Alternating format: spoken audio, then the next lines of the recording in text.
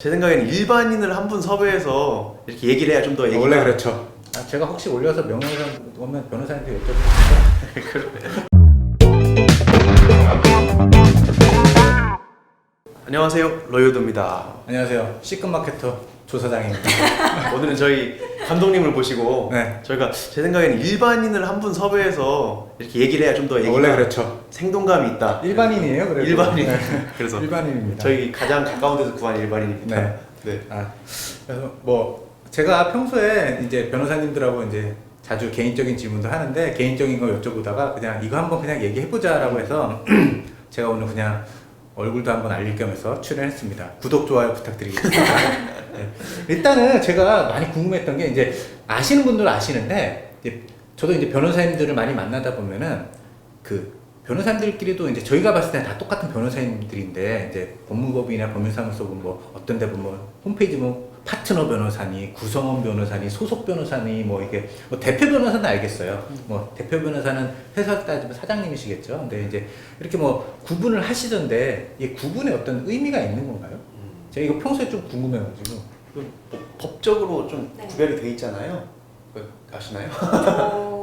구체적으로는 그 문제에 대해서 모르겠는데, 관심을 네, 별로 네, 안 네. 가져보셨죠? 그러니까 법적으로는 변호사법에 따라서 이제 구성원 변호사랑 소속 변호사가 따로 있어요.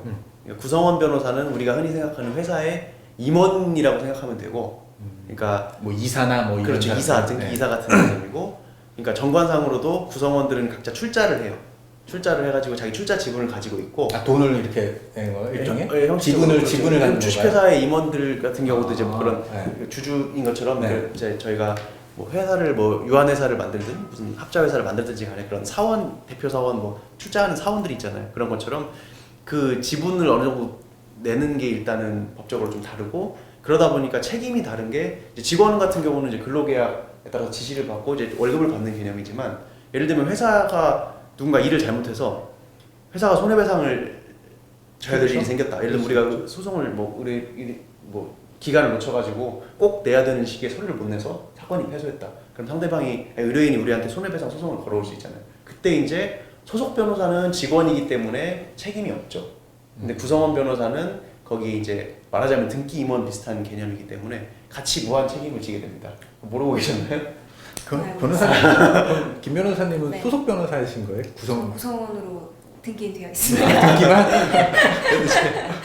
네. 아 그러면 왠지 왜 그런 거 있잖아요. 법률사무소 보면은 그러니까 결산제로 보통 표현하시던데 이제 사무실을 같이 쓰시면서 회사 이름 같이 쓰시면서 뭐 보통 직원들은 월급 받는 형태인데 매출은 다 따로따로 이렇게 하시는 분들도 되게 많으시더라고요. 그것도 이제 형식이랑 뭐 실질이 꼭 같아야 될 이유는 없으니까, 실질적으로는 각자가 구성원 변호사지만 뭐 형식적으로는 소속 변호사로 만들어 놓을 수도 있고, 아니면 형식적으로는 뭐죠? 거꾸로일 수도 있고. 그러니까 별산이라는 말은 결국은 각자가 자기 뭐 지분만큼 또는 각자 자기 뭐 사건을 선임해서 뭐 매출을 발생시키는 만큼 가져간다는 건데, 이제 그거는 이제 내부적으로 정산을 할 때 쓰이는 개념이고, 그게 아니고 대외적으로 내가 구성원이다 아니면 소속 변호사다라는 거는 그냥 정관에 어떻게 쓰고 법무부에 어떻게 신고하고 그런 개념으로 나뉘는 거죠.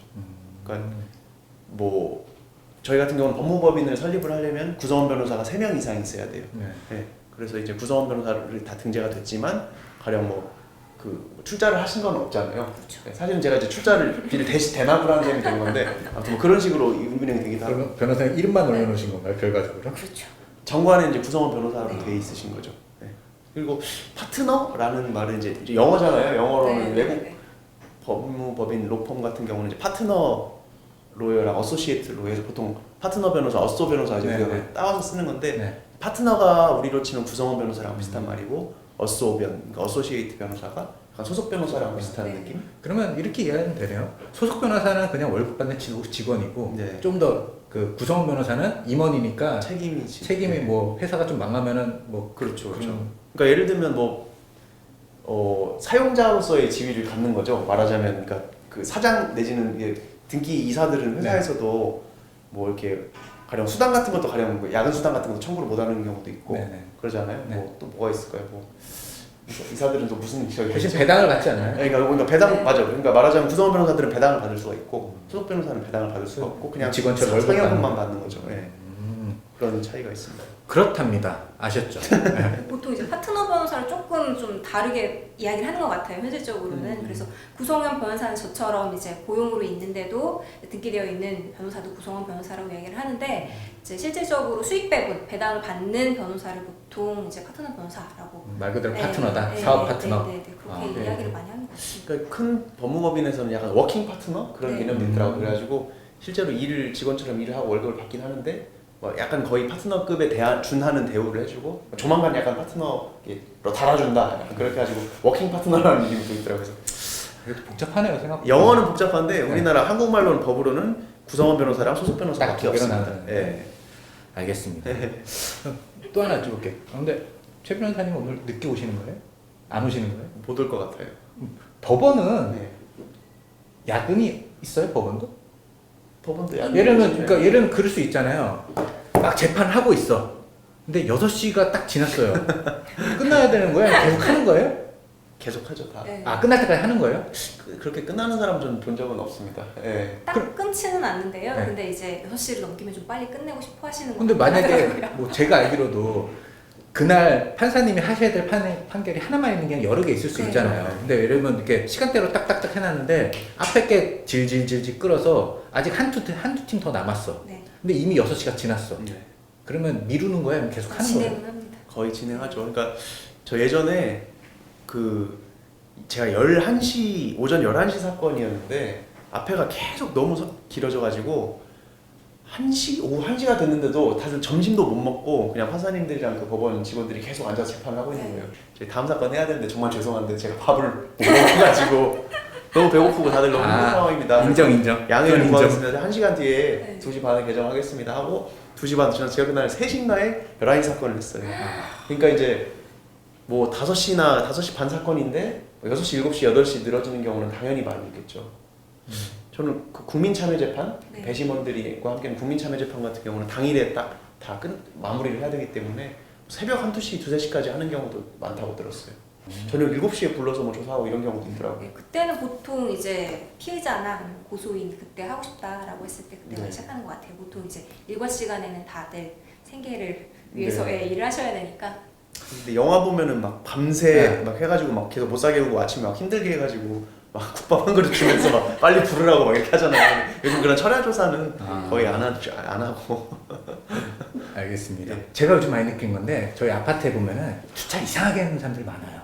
예전에 한번 여쭤봤던 것 같은데 근데 이제 이거를 그러면 내가 사진 찍어서 인스타나 페이스북 같은 데 올릴까 막 이렇게 해서 한마디로 좀 욕 좀 먹게 해줄까 이렇게 고민을 하는데 이거 해도 되는 수위가 어느 정도 있나요? 뭐 예를 들면 그러니까 보통은 그런 SNS에 막 이 사람 막 이렇게 욕하면 사진 올릴 때는 신상 털기가 막 이루어지잖아요. 그렇죠. 그렇게 해서 막 그 사람의 이제 이름이라든지 그 사람의 막 직장 같은 게 막 드러나 버리면 그건 이제 완전 테러가 이루어지니까 그런 정도가 되면 명예훼손이 될 수 있을 것 같아요. 사실을 적시하더라도 네. 이런 사람이 이렇게 무단 주차를 했다는 걸 인터넷에 올려버리면 사실 적시 명예훼손 또 막 욕하고 막 개새끼 소새끼 하면 모욕죄도 될 수 있을 것 같고. 근데 저는 그게 아니고 그냥 딱 사진만 찍었는데 차 번호판이 나왔어. 넘버만 나와 있다. 근데 그 넘버로 그 사람을 특정할 수 있을지는 좀 의문인데. 차량 따라 또 달라질 수 있을 것 같아요. 그게 뭐 제가 제 아는 차 중에 제일 좋은 건 마이바흐거든요. 네. 그게 진짜로 뭐 전주에 하나밖에 없다. 네.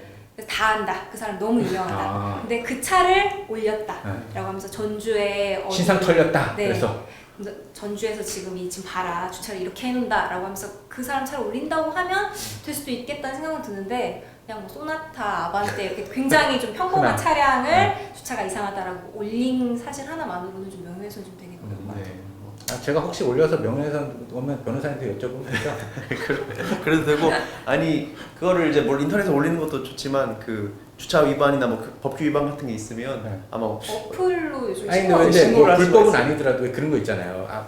누구나 보았을 때 이거는 여기다 하면 굉장히 불편한 자리인데 네. 왜냐면 뭐 장애인이 할 수 있게끔 턱을 없앤다 거기다 해놨다거나 그러면은 불편하잖아요 봤을 그렇죠, 때. 그렇죠. 그리고 예, 그래가지고 그거를 이제 신고를 하더라고요. 처음에 아파트 관리사무소 얘기해서 코너에 이렇게 설치를 꽃가루 설치해놨는데 네, 네. 그걸 막 치우고 막 옆에 또 대놨길래 신고를 하더라고요. 대단하다. 알겠습니다. 그러면 일단은 올려둔다 이거죠. 그러면은 올리고 나서는 나중에 변호사님이 해결해 주는 거니까 그때가 생각하고 마지막 하나만 더 여쭤볼게요. 이건 진짜 제가 있었던 일인데 제가 이제 이사를 하게 됐는데 이사를 할 때는 몰랐는데 이사를 하고 나서 보니까 집에 문제가 있던 거예요. 예를 들면 벽 같은 데도 저쪽에 깨진 게 많고 뭐 누수라든지 예, 그런 게 있었어요. 균열. 그 확인을 이제 이사를 하고 나서 알게 된 거죠.